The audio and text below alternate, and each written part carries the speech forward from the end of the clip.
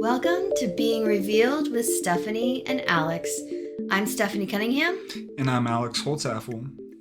This episode is brought to you by Revelation U, Reiki and Wellbeing. Revelation U is on a mission to help millions of people understand who they are and how they work, so they can create a life that feels deeply satisfying. We believe aligning your energy and elevating your consciousness is the ultimate form of personal and professional development. To support you on your path to a more connected life, we offer Reiki, spiritual life coaching, live and online courses, and corporate wellness programs. Each offering is designed to help you get reacquainted with yourself and inspire you to create a life that feels exactly the way you want it to. Continue your journey at revelationu.com. That's REVELATIONU.com. We're back. Welcome back. Welcome to episode 4. Mm-hmm. Wow. 4 episodes of us talking. I know. I wonder how many it'll end up being. I don't know. 10,000. It's a lot of work for you. It Go is. through and edit it. It is. Were you surprised at how much time it took to edit and put it up there and send it all out? Yeah, I mean, and at first I was kind of like, I would have just probably threw it out there, but you know, you do want it to be polished, and we pause a lot and say and what a lot, and you want to get that out of there. the last episode, you seemed to work on it for a long time. I did. we must not have been feeling it. But yeah, there were a lot of likes and ums and pauses. And, yeah, so spiritually, we must not have been in tune. But, I don't know. It turned out good, Yeah. you know, I think when we cut all that out. So I'm not trying to make it super polished. Yeah, just you know, make it flow good. Tighten up. It's like proofreading something, you know. Totally. You don't just write something and then throw it out there. I mean, sometimes you do because you're just lazy, but then it's not, usually doesn't turn out very well if you don't proofread. And you always, no matter how good of a writer you are or whatever, you have to proofread because you're going to make errors. So it's probably the same thing with this. So.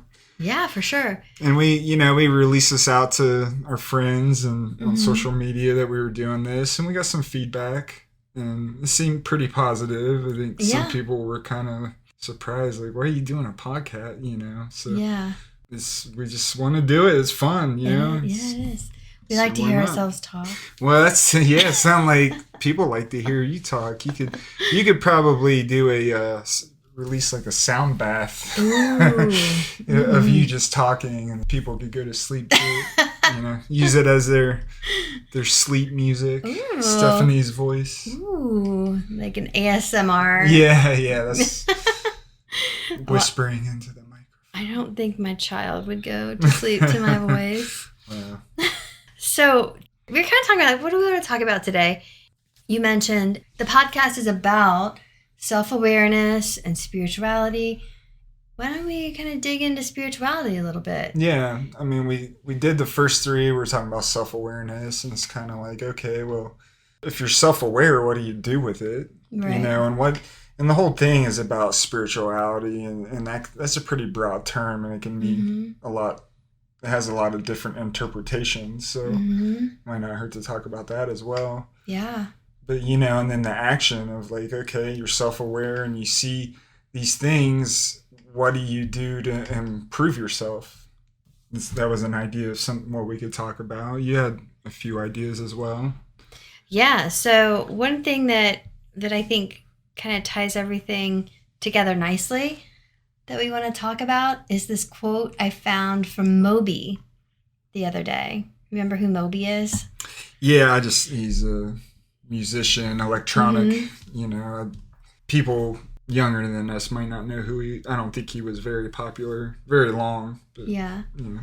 He did something with Gwen Stefani, Well, so, yeah, you know. That's the only reason why I know who he is, because of that. Really? Yeah, if it wasn't for that song, I would have never heard of him. Okay. Well, that made me like him more. Yeah. So I will say, because I favorite. I have a very soft spot in my heart for Gwen Stefani. I heart her. Well, maybe she'll listen one day. Oh my gosh. She can be on our podcast. Okay, so here's the quote. He said, "One of the goals of a spiritual practice is self-awareness.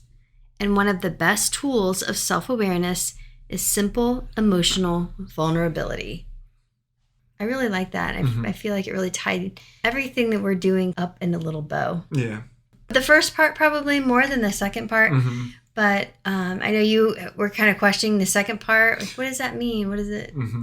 Yeah, and it might be better for you to talk about your interpretation of that second part first, because it can be kind of confusing. You know, the best tools of self-awareness is simple emotional vulnerability. And it's like, how does that tie into self-awareness, like being emotionally vulnerable? And I kind of have an idea, but it is something that you can sit there and think about, and it kind of just keeps circling. Like, yeah. First, I don't think emotional vulnerability is always very simple. No, I think conceptually it's simple. It's like simple in concept, meaning just communicate how you feel, right? But there are so many different layers to how we feel and why, right? And then getting down to the very root of how it is that we really feel takes a lot of emotional vulnerability, right? So when I read that, to me, it means stripping everything away and getting down to that simplistic feeling of those simplistic thoughts. But there's a lot of layers there, right? So the whole thing, to me, as a spiritual practice, is getting down to that place of real truth. What it is that you feel, what it is that you know. Is it like an onion kind of? Yeah, kind of like an onion. Back. Yeah, and one of the best tools of self-awareness is simple emotional vulnerability. So that, to me, feels like there's so many different things that you can do to help access self-awareness and get more self-aware. But one of the best tools is just to keep unpeeling that onion. Yeah. To me, it almost just means like being open emotionally. You know, so if you have a wall up, or if you're guarded, or you're not able to self-reflect, you know, you're emotionally closed off, then you can't really peel back a layer to begin with. So to me, it's about like being open emotionally.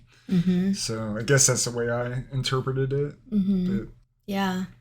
Different ways to say, yeah, you know, things. But it's true. I mean, if you can't peel back those layers, you can't see what's there. Yeah. So. You are a very emotionally vulnerable person, I feel. I don't. Yeah, Well, I feel. I don't think I handle like constructive criticism and all that too well. But I usually realize this stuff after I've screwed up. Well, you know what I mean? It's like, I guess that's part of the practice and then perfecting, because then you screw up a lot and realize it, then maybe you'll realize you're going to take that action before you screw up. But, from an emotional vulnerability perspective, I feel like you're always open to communicate how it is that you're feeling and what it is that you want. And you help me do that too. Yeah. You know, I can't say that I'm always the most vulnerable person. I would like to be able to feel at people, because sometimes the words don't come out like I want them to. So I'm better at like... I wish I could just project my feelings at people rather than have a conversation. So people like knew how you felt? Yeah.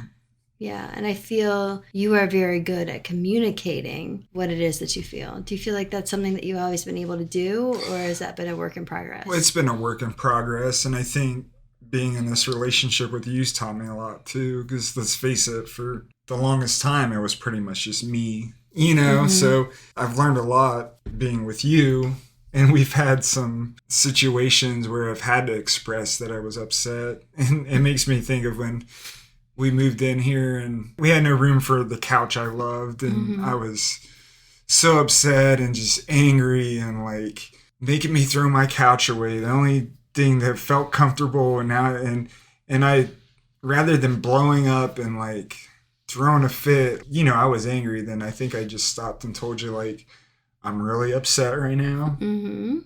Don't talk to me. Don't, you know, and that was like, I don't know if I ever really handled anything like that before, where I stepped back and was aware how angry I was. And then I decided, rather than blowing up and yelling, I actually just told you calmly, like, I'm in a very, very bad mood. I'm upset.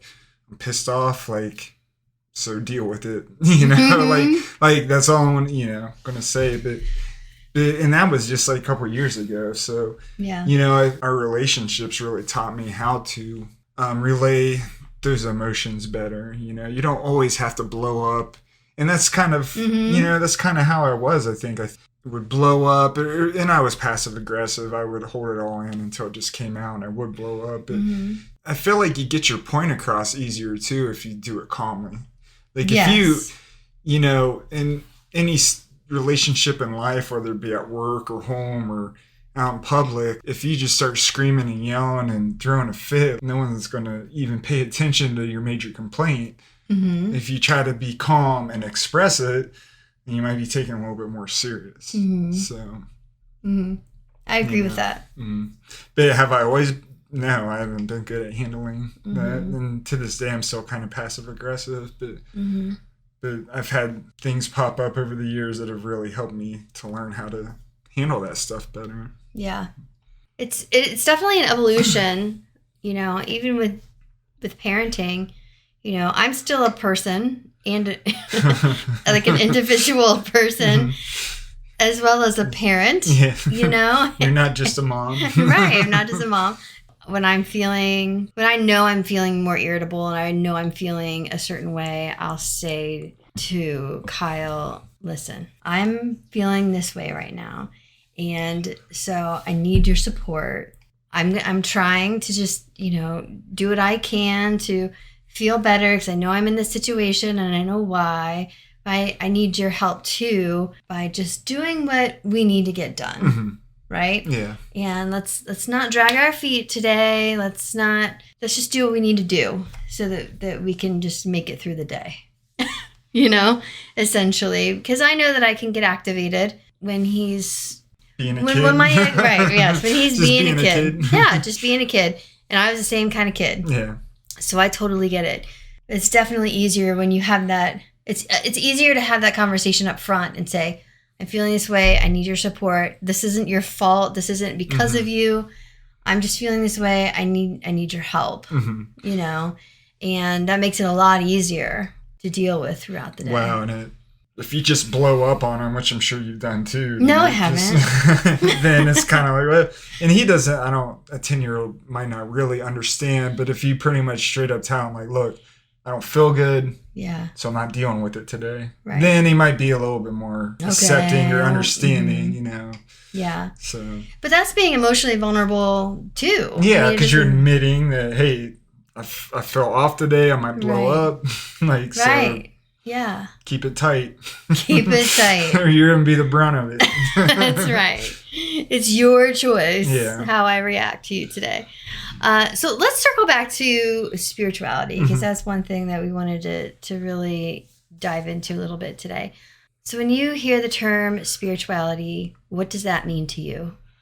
Well, it can be really hard for me to put into words. And I think we were talking about this not too long ago, and you had a really good description of it. But for me, it has more to do about like being a good human, and it's really hard to explain. But I feel like it has more to do with like self and the spirit of self, or being the best person you can be, and like being selfless and helping other people out, and just being a really good person. But I know that isn't necessarily, that doesn't encompass spirituality very well. Like, that's what I think of, because I think a lot of, spirituality or spiritual awakening was what, I needed to get sober. And a lot of that was just changing who I was. So for me, it was like just trying to be the best person I could be, trying not to be selfish, trying to help people whenever I got a chance. So I tie a lot of spirituality in with that, just like trying to be the best person I can be. But I know you had a really good definition of it. Do you remember or what it was you said? Well, when I think of spirituality, to me it's connection. Just connection with self, connection with others, and connection with source. And source being whatever it is that gives you that inspiration, gives you that divine fuel, Yeah. if you will. And that could be lots of different things. As far as the definition of spirituality, I don't think there's just one definition of spirituality. I have a book right here, Oprah's The Wisdom of Sundays, and there's a whole section, like chapter, that talks about spirituality and what spirituality means to these different spiritual teachers. Mm-hmm. And they all have a little bit different definition, quote unquote. So I think it's important to recognize that. Yeah. Like there's not one definition of spirituality, but I think we can all feel it. Yeah. Right. And to me, it's that connection. Like you were talking about connection with self and how it relates to other people in the world. Yeah. Right. You want to be a good person. You want to share positive things into the world. You want to be of service. To me, I get that feeling of that's all connection. Mm-hmm.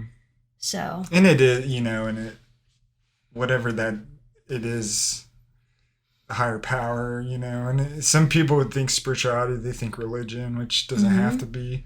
It can be nature. Mm-hmm. It can be knowing there's something greater than us and just feeling connected to it. Mm-hmm. It doesn't have to have a specific name, Right. But that is kind of at the essence of it as well. Mm-hmm. Tap that energy or whatever. Yep. Art is another art thing that activates that sense of something bigger than yourself. And on the program, they talk about something greater than you, right? A higher power. A higher power. And I know that, well, it's my understanding anyway, that in AA, they don't really get into that kind of what's your higher power, right? That's just kind of a personal thing for you. Yeah. Is that true? Yeah, I mean, they try not, because they don't want to they're not affiliated with a religion. Right. Because there's, someone who might believe in Allah could be an alcoholic, and someone who believes in Jesus could be an alcoholic. So you don't want to go in there and say you have to believe in Jesus. It's just spiritual principles. It's something, you need something greater than yourself to help you overcome this. And sometimes it's just the group. The power in the group is all you need, Okay. So it's more about the action of asking for help and realizing that you cannot do it alone. Mm-hmm. So that's kind of where that comes from. Okay. Okay. So that's a great point. There are people that think specifically of spirituality as religion. Could be just, I love that the higher power could just be the group. Yeah. The energy of the group and being of service to the group and kind of surrendering to the process. Right. And it doesn't have to be that your whole, it's a little small stepping stone of that's your higher power at first. And then it materializes into, you could end up finding God or finding Buddha or whatever it is. Yeah. But you start off small, you got to have that seed first. Like, right. Sometimes you got to have just a little tiny amount of anything in order to let it grow into something bigger. Without that seed, you don't have anything. So. And other people, when we talk about spirituality, or when other people talk about spirituality, they're talking about spirit. People who have passed. Yeah. Spirit. We're connecting with spirit. So that's another dimension of spirituality that people talk about too. So I think there are lots of different things that people reference. I've never really thought that, but I'm sure, like you said, there are people that think that. Yeah. Spiritual gifts, and when people talk about spiritual gifts, they're talking about clairvoyance, clairaudience, clairsentience, claircognizance, things like that, psychic abilities, mediumship. So people talk about that as well. Yeah. Right. So just kind of putting that out there that there's a whole big thing that people might talk about, which that's a sidebar. Yeah. That we can get into in another episode. But I think spirituality it feels good to think of it as connection, because I feel like that's all of life. Yeah. You know what I mean? It's like the energy that connects all of us together. I don't know, that's what I think of. Sometimes you can pick it up on people too. Like there's something different about them, or they're just, their essence. Yeah. So thinking about spirituality, like is spirituality something that you talked about when you were growing up? No, I mean, no. Then I'm always on repeat with my journey to where I'm at today. But all of this is a result of hitting bottom with drugs and alcohol and getting sober. My way of life before, there wasn't any of the open-minded thinking that I have now. Mm-hmm. So no, I mean, and we did go to church, and we went to like, we were Catholic and went to CCD, Mm-hmm. which is Sunday school, you know, all Mm-hmm. that stuff. But it never really, it was all just like learning. There wasn't Mm-hmm. anything spiritual about it to me. Mm-hmm. You know, maybe in the services, sometimes I felt something, but Mm-hmm. it was never really like learning how to live and be better. Religion was like, you try to be a good person so you don't go to hell. Right. You know, so that's what it pretty much was. It was all Mm-hmm. like, if you don't be a good person, you're going to burn in hell the rest of your life. So Mm-hmm. it wasn't anything to do with like, I want to be a good person because it makes me feel good. And Mm-hmm. you know, it wasn't that. It was like, I want to be a good person because I don't want to suffer the rest of eternity. Right. You know, so. Yeah.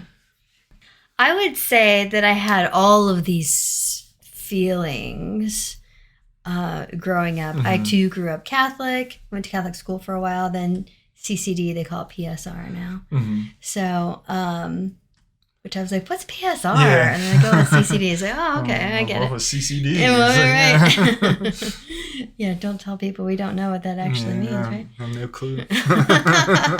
Something about catechism. Yeah, Catechism, something, I don't know. Sorry, people out there. Sorry, Dad. So going back to that is all learning about things, the dogmas, the do what you're supposed to be doing, all that kind of Mhm. stuff. And I kind of felt the same way. Fear, like it was, I shouldn't say it was fear-based because it wasn't actively fear-based. It was like an underlying, like if you don't do the right thing, you're going to go to hell. Mhm. And you're, do what you're supposed to do. And God's watching you. God's watching you.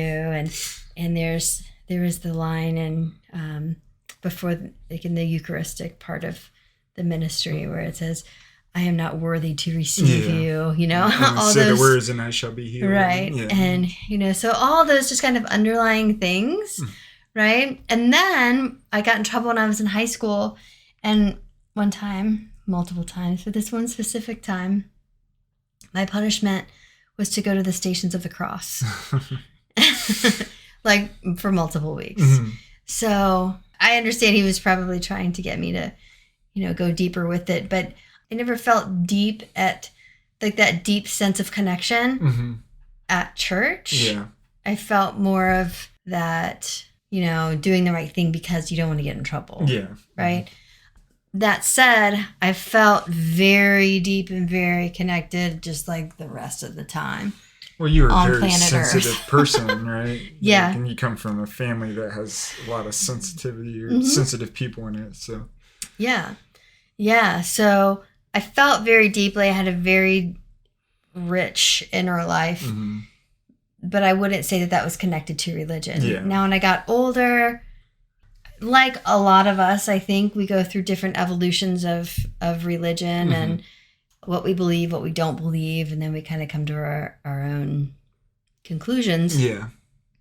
But one thing that we were talking about earlier is that a lot of us do that, and we come to our own sense of spirituality that may not have anything to do with a specific religion, No. Yeah. but we grew up in these religious families and have this foundation of spirituality, of kind of where to start, and we can kind of go in our own path. Yeah. But now, if we're not necessarily connected to a religion, but we're spiritual, what do we do? Mm-hmm. Right? So kind of that thing you were talking about at the beginning where we're spiritual, we have this pull to go deeper, to learn more. We have some more self-awareness that, okay, we want to go deeper. Now what do I do? Mm-hmm. What are the next steps? Yeah. And a lot of times religion gives you those next steps. I feel, I should say, it doesn't always help you Develop internally, Mm-hmm. right? It feels more like it with an external relationship with Jesus Mhm. or God or whoever Yeah. it is. Not necessarily cultivating that connection with yourself and really understanding who you are and how you want to live. Mm-hmm.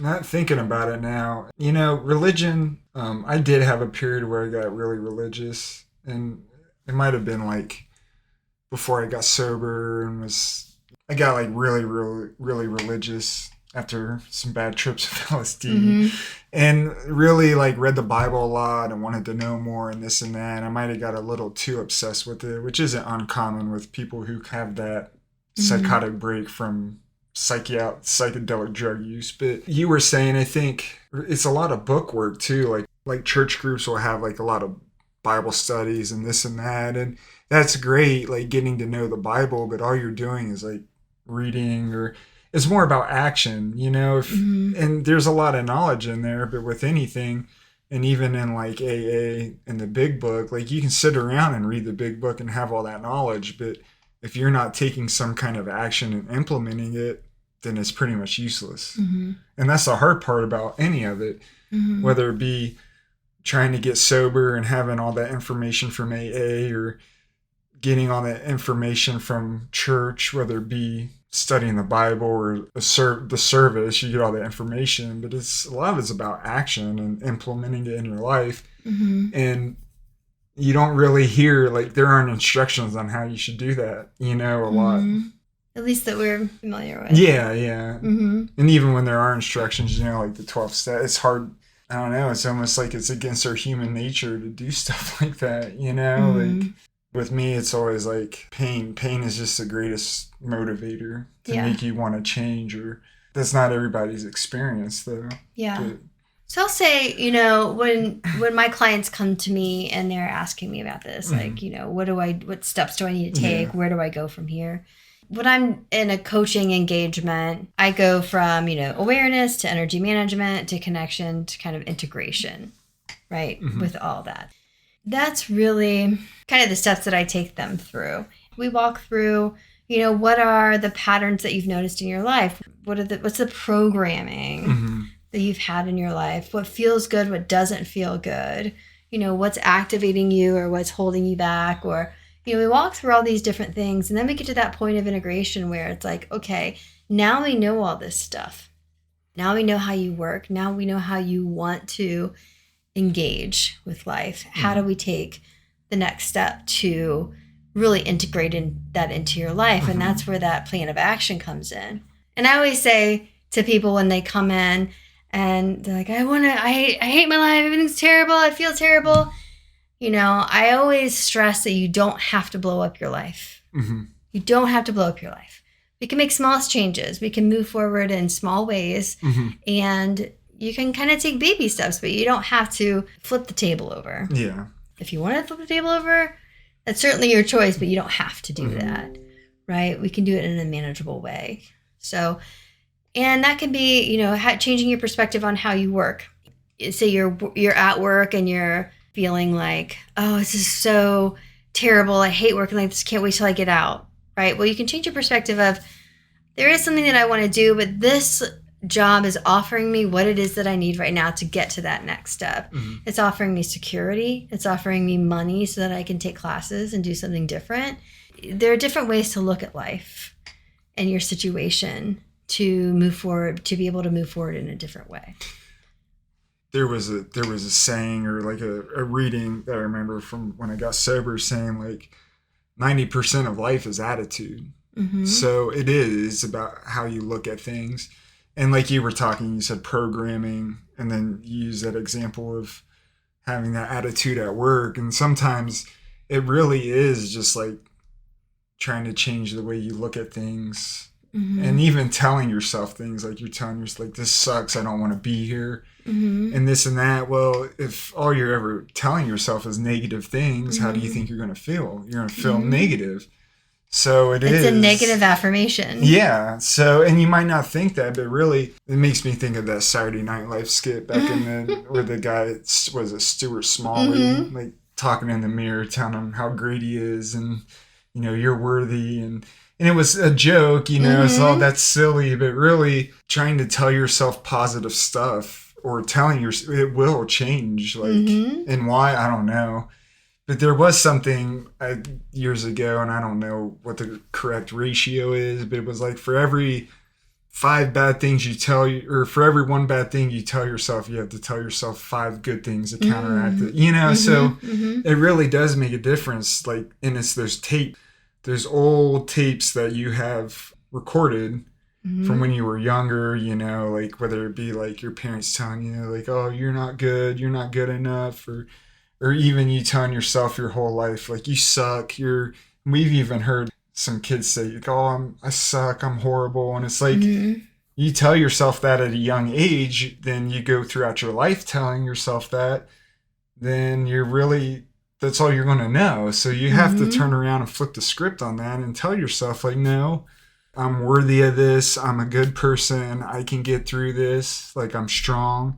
And I think the more that you tell yourself that stuff, it's going to help you heal, and then you are going to feel better. And then especially in terms of anxiety, you know, because like I've been dealing with a lot of that lately, and I've had to turn around and tell myself like, no, that's not true. Now I has to deal with like not smoking and all that, but then I'll get like anxiety and feel like, oh, I'm not the same person I was because I'm not, you know, smoking or doing this. And I have to stop and tell myself like, that's not true. That is not you. Smoking and all that was not the only thing about you. So don't believe that crap, you know? Sometimes you really have to put your foot down internally and stop the negativity.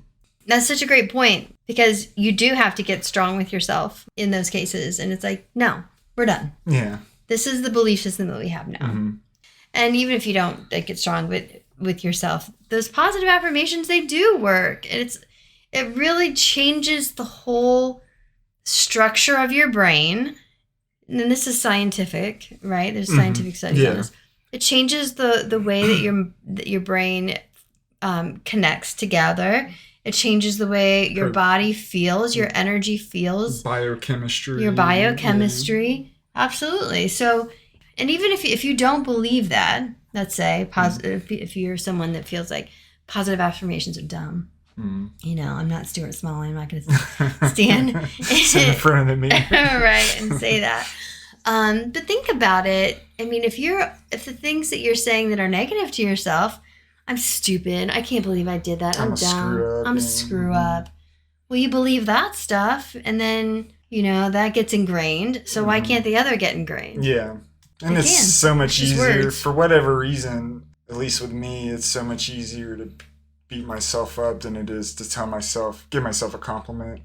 Or I was the type that I wanted to listen to the saddest songs and sit there in a dark room and feel sorry for myself. And I did that a lot. Like when I was younger, you know, I wanted to feel, and I don't know if it's just easier to feel pain and sadness. Eventually it doesn't serve you like you think it is. It's just making you feel worse. So. Right.